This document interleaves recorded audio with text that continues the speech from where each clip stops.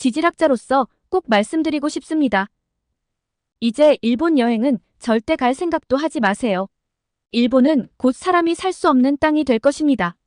여기 독일의 저명한 지질학자이자 베를린 자유대학의 교수가 있습니다. 올해 초여름 일본 정부의 초청으로 지진 관련 조사를 위해 일본을 찾았었다는데요. 이때 목격한 일본의 문제들을 한국 분들과 나누며 한국 분들에게도 꼭 하고 싶은 이야기가 있다네요. 대체 어떤 이야기일까요? 오늘의 사연 시작합니다. 안녕하세요. 제 이름은 안나 베커입니다. 독일 베를린 자유대학교 지질학을 강의하고 있죠.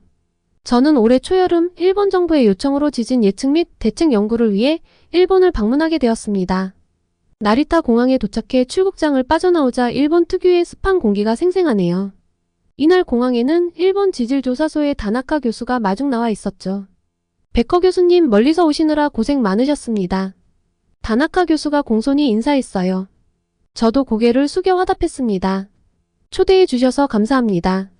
이번 연구가 일본의 지진 대비에 도움이 되길 바랍니다. 우리는 곧바로 연구소 건물로 향했습니다. 차 안에서 다나카 교수는 일본의 최근 지진 동향에 대해 설명했어요. 최근 들어 지진 활동이 더욱 활발해지고 있습니다. 특히 난카이 해구 주변의 움직임이 심상치 않아요.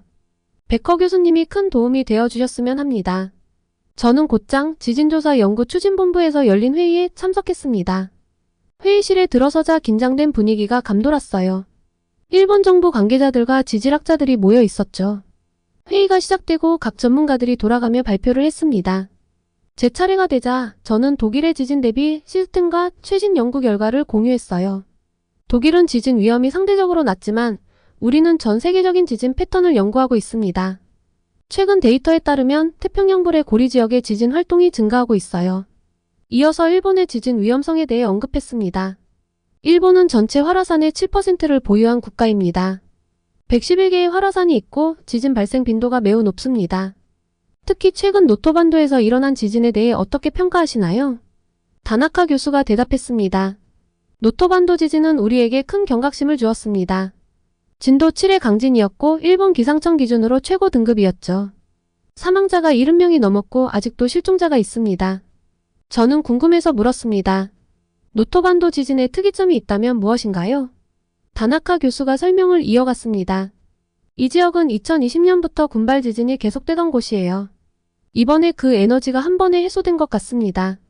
특이한 점은 유체의 움직임이 감지되었다는 거예요. 태평양판이 지각판 아래로 들어갈 때 해수가 함께 유입되면서 지진 발생 가능성을 높인 것 같습니다. 정부 관계자 한 명이 질문했습니다. 이번 지진으로 인한 쓰나미 위험은 어떠했나요? 다나카 교수가 답변했습니다. 다행히 큰 쓰나미는 없었습니다. 관측된 높이는 15cm 정도였어요. 하지만 우리나라뿐만 아니라 한국에서도 19년 만에 처음으로 해일 경보가 발령되었죠. 저는 의아해하며 물었습니다. 한국에서도 영향이 있었나요? 네, 다나카 교수가 설명했습니다. 노토반도가 일본 서해안에 위치해 있어서 한국과 동해를 공유하고 있어요. 이전의 지진들과 달리 이번에는 한국까지 직접적인 영향을 미칠 수 있었던 거죠. 회의는 원전 안전 문제로 이어졌습니다. 한 연구원이 보고했어요. 진원지 인근의 시카 원자력 발전소에서 약간의 문제가 있었습니다. 냉각수가 일부 넘치고 변압기가 폭발하는 일이 있었지만 다행히 심각한 상황으로 이어지지는 않았습니다. 저는 걱정스러운 마음에 물었습니다. 원전 사고의 최악의 시나리오는 무엇인가요? 그는 심각한 표정으로 대답했습니다. 노심 용융입니다. 냉각이 제대로 되지 않아 노심이 녹아내리면 지하를 오염시키거나 방사성 물질이 외부로 유출될 수 있어요. 하지만 현재는 통제하에 있습니다. 저는 2011년 동일본 대지진 당시의 후쿠시마 원전 사고를 떠올리며 더 자세히 물어봤습니다. 노토반도 근처의 시카 원자력 발전소는 안전한가요? 지진으로 인한 피해는 없었나요? 일본 측 연구원이 대답했습니다. 그건 아까 제가 말씀드렸던 약간의 문제이고 심각한 상황으로 이어지지는 않았습니다.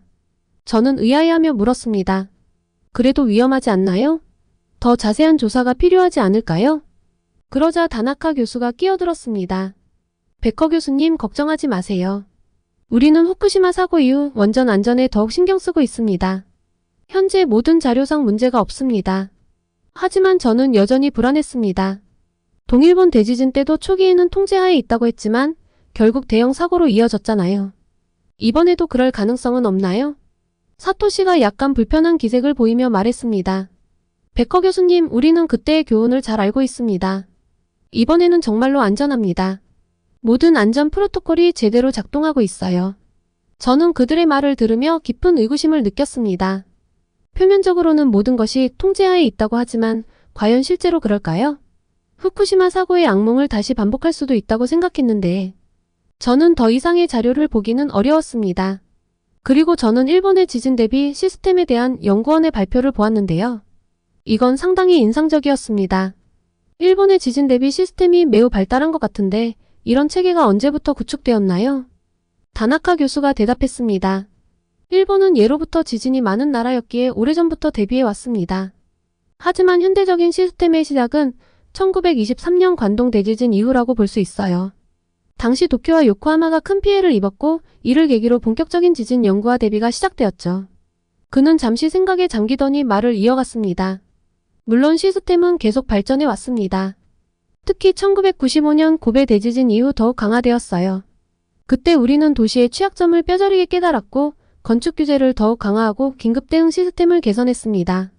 2011년 동일본 대지진 이후에는 쓰나미 대비와 원전 안전에 더 큰 관심을 기울이게 되었고요.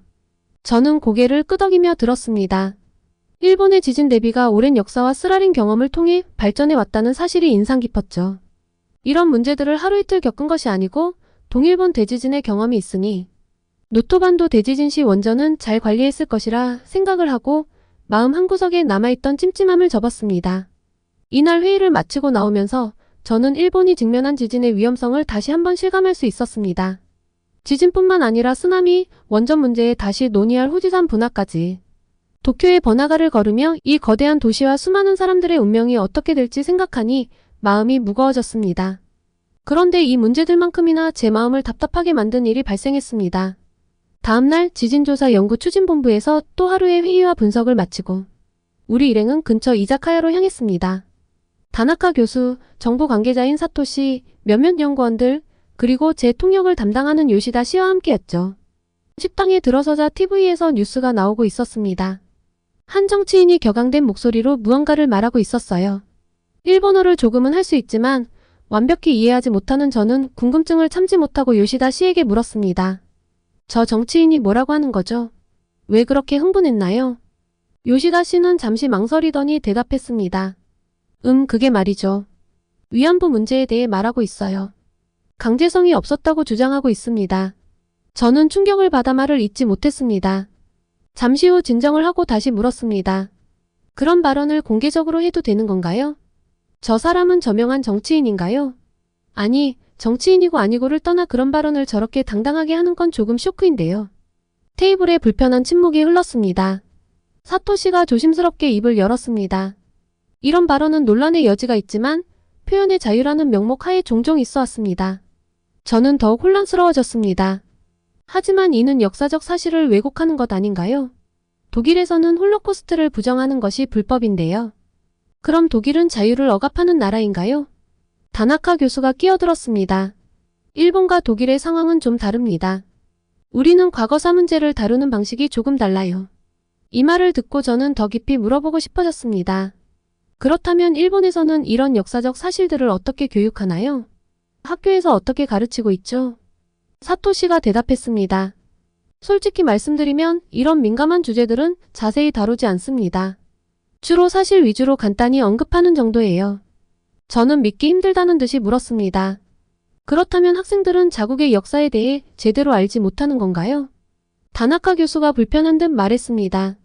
우리는 주로 일본의 발전과 성취에 초점을 맞춥니다. 과거의 어두운 면을 파헤치는 것보다는 미래를 향해 나아가는 것이 중요하다고 생각해요. 이 말을 듣는 순간 제 마음에 분노와 슬픔이 차올랐습니다. 독일인으로서 과거사 반성의 중요성을 뼈저리게 느껴온 사람으로서 일본의 이런 태도는 도저히 이해할 수 없었습니다. 과거를 모르면 미래도 없습니다. 제가 단호하게 말했습니다. 독일이 과거의 잘못을 인정하고 배우려 노력했기에 지금 유럽에서 신뢰받는 나라가 될 수 있었어요. 일본은 이웃 국가들과의 관계 개선을 원하지 않나요? 테이블에 무거운 침묵이 내려앉았습니다. 연구원들은 음식에만 집중하는 듯했고 다나카 교수와 사토시는 서로 눈치를 보았습니다. 결국 요시다 씨가 조심스럽게 화제를 돌렸습니다. 내일의 현장 조사 계획에 대해 이야기해 볼까요? 식사를 마치고 호텔로 돌아오는 길, 저는 큰 충격에 빠져 있었습니다. 일본이라는 나라에 대해 저는 그들의 문화와 기술력을 늘 존중해 왔습니다. 하지만 오늘 알게 된 모습은 제가 알던 일본이 아니었습니다. 호텔 방으로 돌아온 저는 창밖을 바라보며 복잡한 감정에 휩싸였습니다. 어떻게 이런 배울 만큼 배웠다는 사람들의 역사 인식이 이 모양일까? 상당히 충격적이었습니다. 하지만 동시에 저는 현실을 직시해야 했습니다. 제가 여기 온 이유는 개인적인 감정 때문이 아니었으니까요. 일본 정부의 요청으로 중요한 지질학적 연구를 위해 왔다는 것을 상기했습니다. 깊은 한숨을 내쉬며 저는 제 감정을 다스리려 노력했습니다. 제가 하는 일은 수많은 사람들의 생명과 직결되어 있으니 개인 감정을 섞어서 허술하게 할 수 없는 일이라는 걸 다시 상기했죠. 지진 예측과 대비책 마련은 정치적 견해나 역사인식과는 별개로 반드시 수행해야 할 중요한 과제이니까요. 지금은 내 개인적인 감정을 뒤로하고 주어진 임무에 집중해야 해 저는 스스로에게 말했습니다.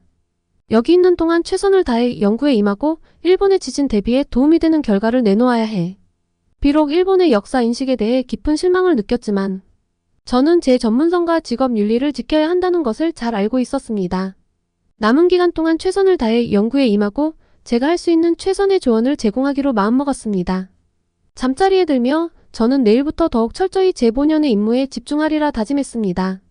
비록 마음 한구석에는 여전히 불편함이 자리 잡고 있었지만 전문가로서의 책임감이 그 어떤 개인적 감정보다 우선해야 한다는 것을 저는 잘 알고 있었습니다. 다음 날 아침 우리는 다시 지진조사연구추진본부에 모였습니다. 오늘의 주제는 난카이 대지진과 후지산 분화 가능성에 대한 분석이었습니다. 회의실에 들어서자 긴장감이 감돌았습니다. 다나카 교수는 계속해서 설명을 이어갔습니다. 난카이 해구는 필리핀판과 유라시아판이 만나는 곳으로 규슈 서쪽 지역까지 쭉 이어집니다. 이 지역은 보통 여러 구역으로 나뉘어 있는데 각 구역이 개별적으로 또는 연쇄적으로 움직일 수 있습니다. 그는 칠판에 그림을 그리며 설명했습니다. 해양판이 유라시아판 밑으로 연간 3에서 5cm 정도 섭입하고 있어요. 이로 인해 계속해서 에너지가 축적되고 있죠. 이 에너지가 100년에서 150년 주기로 한 번씩 해소되는데 문제는 현재 해소되지 않은 구간에 에너지가 더 많이 쌓여 있다는 겁니다. 한 정부 관계자가 물었습니다. 그렇다면 앞으로 30년 내에 대지진이 발생할 확률은 얼마나 되나요? 다나카 교수는 심각한 표정으로 대답했습니다. 일부 학자들은 그 확률이 70에서 80%에 이른다고 봅니다. 특히 우려되는 것은 난카이 해구의 도카이, 도난카이, 그리고 난카이 해구의 단층이 동시에 파열될 가능성입니다. 그는 잠시 숨을 고르고 계속했습니다. 1707년 호에이 대지진 때 이런 일이 실제로 일어났습니다. 당시 사망자가 최소 5,000명에서 2만 명에 이르렀고 일본 전역에 산사태와 액상화 현상이 발생했죠. 최대 26m 높이의 쓰나미도 있었습니다. 회의실 안의 긴장감이 더욱 고조되었습니다. 다나카 교수는 이어서 말했습니다. 물론 이번 규슈 지진을 난카이 대지진의 전조 증상으로 보는 시각도 있지만 단정 짓기는 어렵습니다. 다만 주의해야 할 점은 도쿄 인근에서 지진이 발생할 가능성이 높다는 겁니다. 다나카 교수는 잠시 말을 멈추고 깊은 숨을 내쉬었습니다. 그의 표정이 더욱 심각해졌습니다. 현재 에너지가 가장 많이 쌓여있는 곳은 이즈 반도가 있는 도쿄 근처입니다.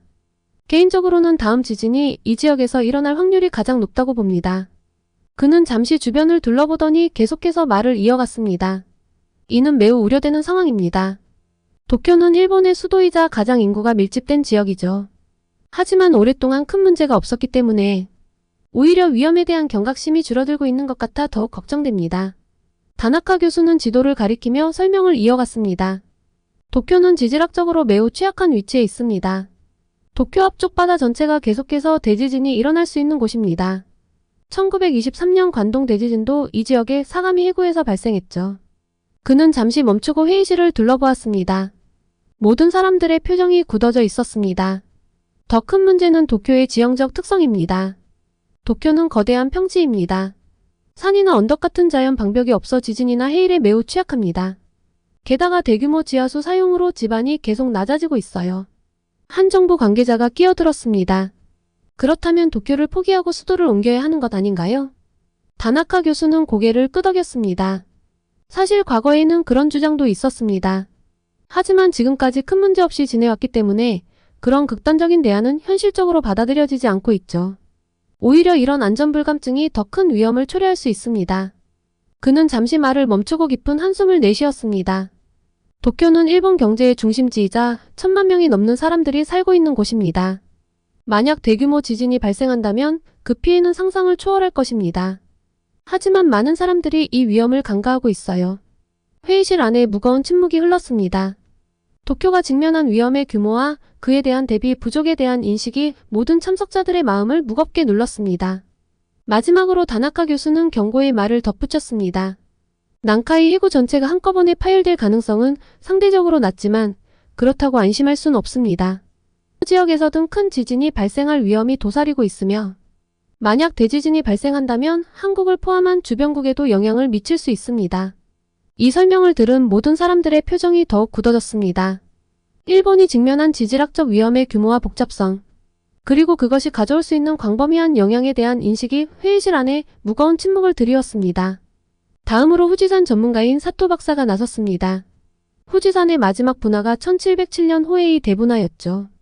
약 300년 동안 분화가 없었다는 것은 내부에 엄청난 에너지가 축적되어 있다는 뜻입니다. 언제 분화해도 이상하지 않은 상황입니다. 그는 프로젝터로 후지산의 단면도를 보여주며 계속했습니다. 최근 관측 결과에 따르면 후지산 내부의 마그마 활동이 점점 활발해지고 있습니다. 고주파 지진과 저주파 지진의 발생 빈도가 증가하고 있어요. 한 연구원이 끼어들었습니다. 실제로 2021년에는 저주파 지진이 8회에서 2022년에는 140회로 급증했습니다. 다나카 교수는 고개를 끄덕이며 말을 이었습니다. 그렇습니다. 이는 마그마의 움직임이 활발해지고 있다는 신호로 볼 수 있어요. 더 우려되는 점은 난카이 트로프 지진과 후지산 분화가 연쇄적으로 일어날 가능성입니다. 그는 일본 지도를 가리키며 설명했습니다.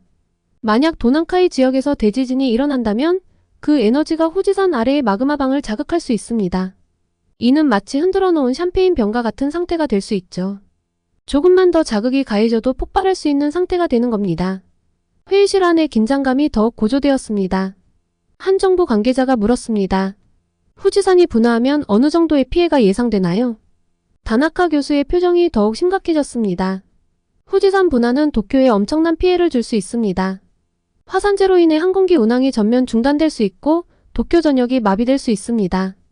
더 나아가 화산재가 전자기기에 미치는 영향으로 인해 일본 경제에 큰 타격을 줄 수 있습니다. 그는 잠시 말을 멈추고 깊은 숨을 내쉬었습니다.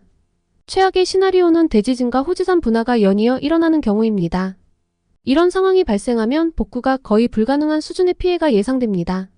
회의실 안에 무거운 침묵이 흘렀습니다. 한 정부 관계자가 떨리는 목소리로 물었습니다. 그렇다면 난카이 대지진과 후지산 분화가 동시에 일어날 가능성은 얼마나 됩니까? 사토 박사가 대답했습니다.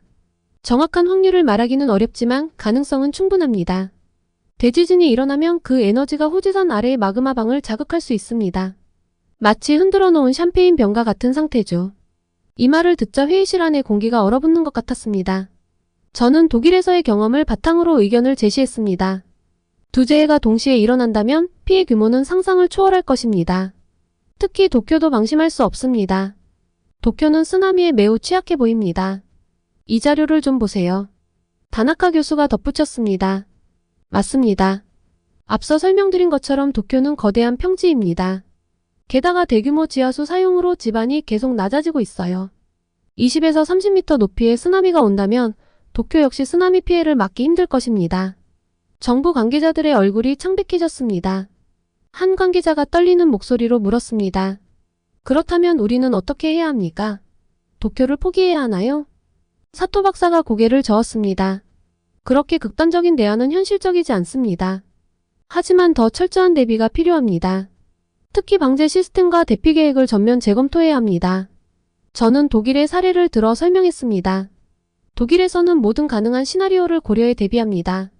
최악의 상황을 가정하고 그에 맞는 대책을 세우는 것이 중요합니다. 회의가 계속되면서 정부 관계자들의 불안감은 더욱 커져갔습니다. 중간에 잠시 화장실을 가려고 일어났는데 이날 회의를 참관하던 정부 관계자들이 저를 쫓아와 묻더군요. 이런 상황이라면 개인적으로 해외 이주를 고려해봐야 하는 것 아닌가요? 이 말을 듣고 저는 충격을 받았습니다. 책임 있는 위치의 사람들이 이런 생각을 하고 있다니요? 하지만 동시에 그들의 두려움을 이해할 수 있었습니다. 마지막으로 다나카 교수가 정리했습니다. 우리가 할 수 있는 건 철저한 준비입니다. 과학적 예측, 대비책 마련, 그리고 국민들의 인식 제고가 필요합니다. 이것은 단순한 자연재해 대비를 넘어 국가의 존립과 직결된 문제입니다. 지금 업데이트된 대비책을 각 지역에 내려보내고 시급한 문제들은 역시 한 달 이내로 완수하는 것이 좋아 보입니다. 회의가 끝난 후 다나카 교수가 제안했습니다. 베커 교수님, 오늘 하루 고생 많으셨습니다. 근처 이자카야에서 간단히 한잔하실래요? 저는 기꺼이 동의했습니다. 연구소를 나서며 도쿄의 밤거리가 눈에 들어왔습니다. 화려한 네온사인과 분주히 오가는 사람들, 아주 평범해 보이는 이 시가 언제 큰 재앙에 휩싸일지 모른다는 생각에 가슴이 무거워졌습니다. 이자카야에 들어서자 은은한 조명과 아늑한 분위기가 우리를 맞이했습니다. 다나카 교수, 사토시, 그리고 몇몇 연구원들과 함께 자리에 앉았습니다. 차가운 생맥주가 테이블에 놓이자 긴장됐던 분위기가 조금씩 풀리는 것이 느껴졌습니다. 첫 잔을 마시고 난 후 사토시가 입을 열었습니다. 솔직히 말씀드리면 오늘 회의 내용이 너무 충격적이었습니다. 우리가 정말 제대로 된 대비를 하고 있는 걸까요? 다나카 교수가 한숨을 쉬며 대답했습니다. 사실 아무리 대비를 한다고 해서 진도 7 이상의 지진에 대해서는 우리도 제대로 된 대책이 없습니다. 지금까지의 대비 계획으로는 턱없이 부족할 거예요. 저는 놀라움을 감추지 못했습니다. 하지만 일본은 지진 대비 선진국 아닌가요? 어떻게 그럴 수 있죠? 아까 이야기랑은 다르잖아요. 내진 설계가 진도 7 이상은 못 버티나요? 제 질문에 방 안의 공기가 순식간에 무거워졌습니다. 연구원들은 서로 눈치를 보며 어색한 침묵을 지켰습니다. 사토시가 마침내 입을 열었습니다. 그의 얼굴에는 쓴웃음이 번졌습니다. 베커 교수님, 겉으로 보이는 것과 실제는 다릅니다. 우리도 알고 있어요. 하지만 현실적인 한계가 너무 많아요. 그는 잠시 숨을 고르더니 계속 말을 이어갔습니다. 내진 설계는 분명 진도 7까지는 견딜 수 있게 되어 있습니다. 하지만 문제는 그 이상의 지진이죠. 우리가 예측하는 난카이 트로프 지진은 진도 7을 훨씬 뛰어넘을 가능성이 높아요. 사토시의 목소리에서 깊은 좌절감이 느껴졌습니다. 게다가 모든 건물이 완벽한 내진 설계를 갖추고 있는 것도 아닙니다. 오래된 건물들, 예산 부족으로 보강 공사를 미룬 시설들이 많습니다. 공개적으로 이런 자료를 발표할 수는 없지만요. 이런 곳들은 진도 7 미만의 지진에도 취약할 수 있어요. 다나카 교수가 덧붙였습니다. 그리고 내진 설계만으로는 부족합니다. 쓰나미, 산사태, 액상화 현상들이 있잖아요. 이런 2차 피해들은 내진 설계만으로는 막을 수 없어요. 특히 도쿄 같은 대도시는 인구 밀도가 너무 높아서 대피와 구호에도 큰 어려움이 있을 겁니다. 방 안의 모든 사람들의 표정이 어두워졌습니다. 그들의 눈에서 무력감과 두려움이 읽혔습니다. 사토시가 마지막으로 말했습니다. 우리는 최선을 다해 대비하고 있습니다. 하지만 자연의 힘 앞에서 인간의 능력은 한계가 있어요. 그리고 그 한계를 인정하는 것이 때로는 가장 어려운 일인 것 같습니다. 이 말을 들으며 저는 일본이 직면한 위험의 심각성을 더욱 깊이 실감하게 되었습니다. 겉으로 보이는 안전과 실제 상황의 차이, 그리고 그 사이에서 고뇌하는 전문가들의 모습이 제 마음을 무겁게 눌렀습니다. 무거운 침묵이 흐르던 중 한 젊은 연구원이 조용히 입을 열었습니다. 사실 저는 지난달에 아이들을 한국으로 유학 보냈어요. 일본의 상황이 불안해서 말이죠. 이 말에 모두가 놀란 듯 그를 바라보았습니다. 잠시 후 사토 교수가 한숨을 쉬며 말했습니다. 나도 고백할 게 있네요. 제 아이와 어머니는 이미 하와이에 계세요. 작년부터 그곳에서 살고 계신답니다. 그 말을 듣자 다른 이들도 하나둘씩 입을 열기 시작했습니다. 저도 부모님을 호주로 모셨어요. 일본에 계시는 게 불안해서요. 제 동생 가족은 작년에 캐나다로 이민 갔어요. 지진 위험 때문이라고 하더라고요. 솔직히 말씀드리면 저도 해외 부동산을 알아보고 있어요. 만약에 사태에 대비해서이니까 진짜 어디 바로 간다는 건 아니에요. 이야기를 들으며 저는 충격에 빠졌습니다. 일본의 지질학자들과 관료들조차 이렇게 불안해하고 있다니. 그들의 고백을 들으며 일본의 상황이 제가 생각했던 것보다 훨씬 심각하다는 것을 실감했습니다. 그리고 그 무책임한 태도에 제 안에서 분노가 치솟았습니다. 어떻게 국민의 안전을 책임져야 할 사람들이 이럴 수 있을까? 하지만 동시에 그들의 두려움도 이해할 수 있었습니다. 누구나 자신과 가족의 안전을 걱정할 테니까요. 다나카 교수가 말을 이었습니다. 결국 가장 큰 피해를 입는 건 일반 서민들이 될 거예요. 대피할 여력도 해외로 갈 능력도 없는 사람들 말이죠. 그의 목소리에서 깊은 죄책감이 느껴졌습니다. 다나카 교수의 눈빛이 흐려지고 어깨가 무거워 보였습니다. 그는 잠시 말을 멈추고 깊은 한숨을 내쉬었습니다. 우리가 이렇게 도피 계획을 세우고 있는 동안 수많은 사람들은 아무것도 모른 채 일상을 살아가고 있어요. 매일 열심히 일하고 가족을 위해 노력하는 평범한 사람들이죠. 그들에게 이런 위험을 알리지 못하는 우리가 정말 올바른 일을 하고 있는 걸까요? 다나카 교수의 손이 미세하게 떨리는 것이 보였습니다. 그의 얼굴에는 깊은 주름이 패였고 평소의 침착한 모습은 온데간데 없었습니다. 그의 눈에는 눈물이 고이는 듯 했습니다. 매일 밤 잠들기 전에 이 생각이 저를 괴롭힙니다. 우리가 보호해야 할 사람들을 외면하고 있다는 죄책감이요. 하지만 동시에 이런 상황에서 우리가 무엇을 할 수 있을지 막막하기만 합니다. 다나카 교수의 고백은 방 안의 모든 사람들에게 무거운 침묵을 안겼습니다. 그의 말에 담긴 절망감과 무력감이 우리 모두의 마음에 깊은 울림을 주었습니다. 맥주잔을 들어 한 모금 마시며 저는 깊은 생각에 잠겼습니다. 제가 알던 일본의 이미지가 조금씩 무너지는 것 같았습니다. 기술 선진국, 안전 선진국이라고 생각했던 나라의 실상을 마주하니 마음이 복잡해졌습니다. 그렇다면 우리가 할 수 있는 일은 무엇일까요? 제가 조심스럽게 물었습니다. 사토시가 대답했습니다. 최선을 다해 연구하고 경고하는 것뿐이겠죠. 하지만 솔직히 말해서 정부가 얼마나 귀 기울일지 모르겠어요. 이야기는 계속되었고 맥주잔은 몇 번이고 채워졌습니다. 밤이 깊어갈수록 연구원들의 얼굴에서 무거운 책임감과 동시에 무력감이 느껴졌습니다. 그들은 위험을 알고 있지만 그것을 막을 힘이 없다는 사실에 괴로워하는 듯 했습니다. 이자카야를 나서며 도쿄의 방거리를 다시 바라보았습니다. 화려한 불빛 아래에서 사람들은 여전히 분주히 움직이고 있었습니다. 그들은 자신들이 어떤 위험 속에 살고 있는지 알고 있을까? 알면서도 그저 일상을 살아가는 것일까? 호텔로 돌아가는 길 제 마음은 무거웠습니다. 지질학자로서 제가 할 수 있는 일이 과연 무엇일지 고민이 되었습니다. 단순히 연구 결과를 내놓는 것으로 충분할까? 아니면 더 적극적으로 경고의 목소리를 내야 할까? 지나가는 일본 사람들을 보며 안쓰러운 마음과 함께 걱정되는 마음이 가득했는데요. 제 연구 결과와 제안이 이들에게 조금이라도 더 도움이 되었으면 하는 바람이 가득했습니다. 그리고 저는 다음날 아침 출국 전 마지막 자유시간을 활용해 도쿄의 한 대형 서점을 찾았습니다. 평소 해외여행 때마다 현지 서점을 들르는 것이 제 습관이었죠. 그 나라 사람들의 관심사를 엿볼 수 있는 좋은 방법이라고 생각했기 때문입니다. 그런데 서점 안을 둘러보던 중 저는 충격적인 광경을 목격했습니다. 혐한 서적 코너가 따로 마련되어 있었던 것입니다. 책 제목들을 하나씩 읽어내려가며 저는 점점 더 큰 충격에 빠져들었습니다. 한국인으로 태어나지 않아 다행이야. 이계전 주한 일본 대사가 쓴 책이라고? 저는 믿기지 않는 눈으로 책을 집어들었습니다. 옆에 놓인 만화 혐한류는 무려 100만 부나 팔렸다고 합니다. 더 놀라운 것은 반일 종족주의라는 책의 일본어판이 아마존 재팬에서 종합 베스트셀러 1위를 기록했다는 사실이었습니다. 이 모든 것을 보며 저는 깊은 혼란에 빠졌습니다. 어떻게 이런 책들이 대형 서점에 버젓이 전시될 수 있는 걸까요? 그것도 따로 코너까지 만들어서? 서점을 나서는 길에 저는 또 다른 충격적인 광경을 목격했습니다. 거리에서 혐한 시위대가 구호를 외치고 있었던 것입니다. 난징 대학살이 아니라 일본 내 코리아타운 대학살을 실행하자. 한국인 여성은 성폭행해도 된다. 좋은 한국인도 나쁜 한국인도 다 같이 죽여라. 이 끔찍한 구호를 들으며 저는 그 자리에 얼어붙었습니다. 이것이 현대 일본의 모습이라니 도저히 믿기지 않았죠. 그 순간 제 머릿속에 역사의 아이러니가 스쳐 지나갔습니다.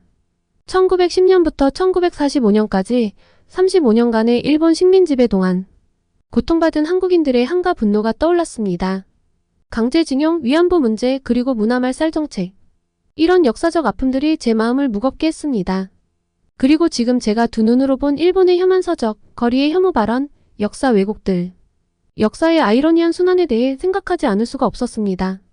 불과 80년 전 제국주의 열강으로 아시아를 침략했던 나라가 이제는 자연재해라는 인력으로 도저히 막을 수 없는 큰 위협 앞에 놓여 있습니다. 1923년 관동 대지진 때 조선인 학살을 자행했던 그들이 이제는 스스로 대지진의 위협 속에 살고 있습니다. 과거 일본의 식민 지배로 고통받은 한국인들의 한가 분노가 떠올랐습니다. 이 한국인들의 한가 분노, 억울함이 이렇게 돌아가는 것 아닌가 생각이 되더군요.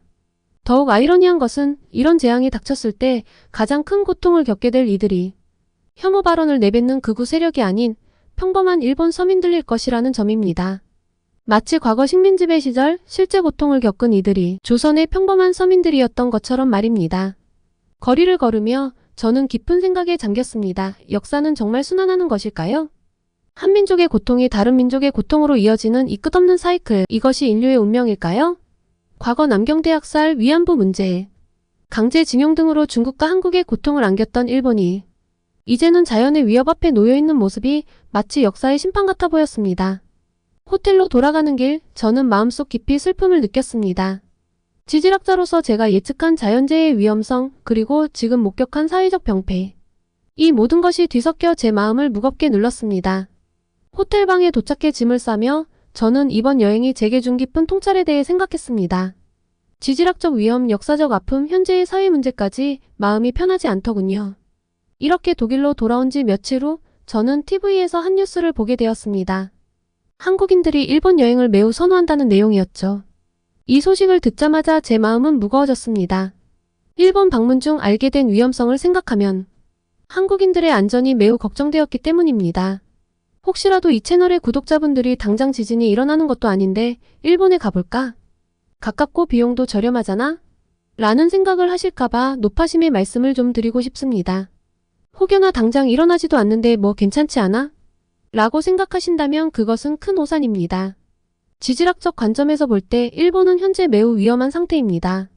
난카이 트로프 지진의 발생 가능성이 매우 높아졌으며 이는 언제든 일어날 수 있습니다. 더욱 우려되는 것은 후지산의 분화 가능성입니다. 후지산은 300년 넘게 분화하지 않았습니다. 이는 내부에 엄청난 에너지가 축적되어 있다는 의미입니다. 전문가들은 후지산이 언제 분화해도 이상하지 않은 상태라고 경고하고 있습니다. 만약 후지산이 분화한다면 그 영향은 도쿄를 포함한 광범위한 지역에 미칠 것입니다. 특히 우려되는 점은 대지진과 후지산 분화가 연쇄적으로 일어날 가능성입니다. 대지진으로 인한 지각 변동이 후지산의 마그마를 자극할 수 있기 때문입니다. 이 두 가지 재해가 동시에 또는 연이어 발생한다면 그 피해는 상상을 초월할 것입니다. 도쿄는 이러한 위험에 매우 취약합니다. 대규모 지진으로 인한 도시기능 마비, 건물 붕괴, 대규모 화재 등의 위험이 있습니다. 여기에 후지산 분화로 인한 화산재까지 더해진다면 항공기 운항 중단으로 대피가 어려워질 수 있습니다. 더욱 충격적인 것은 일본 정부의 대비 상태입니다. 진도 7 이상의 지진에 대해서는 제대로 된 대책이 없다는 것을 알게 되었습니다. 심지어 일부 고위 관료들은 이미 해외 도피 계획을 세워두고 있다고 합니다. 따라서 저는 한국인 여러분들께 간곡히 부탁드립니다. 앞으로 절대 일본에 갈 생각은 하지 마세요. 당장은 안전해 보일지 모르지만 언제 큰 재앙이 닥칠지 모르는 상황입니다. 여러분의 안전이 무엇보다 중요합니다. 여행은 즐거움을 위한 것이지 생명을 걸어야 할 만큼 중요한 것이 아닙니다. 한국의 아름다운 관광지들을 방문하는 것은 어떨까요? 저는 올가을에 가족들과 한국 여행을 계획하고 있거든요. 서울에 머무르는 제 지인과 함께 우선 서울부터 둘러볼 예정입니다. 서울의 경복궁, 북촌한 옥마을, 남산 서울타워 등 볼거리가 많고 현대적인 면모와 전통이 공존하는 모습을 아이들과 함께 보고 경주로 가서 불국사와 석굴암 같은 유네스코 세계문화유산을 보려고 합니다. 마무리는 제주도예요. 아주 매력적인 곳이더군요. 한라산 등반, 올레길 트레킹, 그리고 아름다운 해변들까지 꼭 가봐야 하는 곳이라고 생각합니다. 특히 가을에는 억새축제가 열린다고 하니 장관일 것 같네요. 일본 대신 한국의 아름다운 여행지에서 구독자분들을 만나게 되길 빕니다. 혹시 제가 놓친 좋은 여행지가 있다면 댓글로 알려주세요. 그리고 여러분의 안전한 가을과 즐겁고 행복한 일상을 진심으로 기원합니다. 오늘은 일본 정부의 요청으로 지진연구소에 방문해 일본의 현 상태를 분석하고 엄청난 위험성을 감지해서 한국분들께 간곡히 일본을 가지 말 것을 부탁하는 독일 지질학 전문가의 사연을 소개해드렸습니다. 오늘의 사연이 마음에 드셨다면 구독과 좋아요를 눌러주세요. 여러분의 구독과 좋아요는 계속해서 좋은 사연을 소개할 수 있는 힘이 됩니다. 이상 감동저장소였습니다.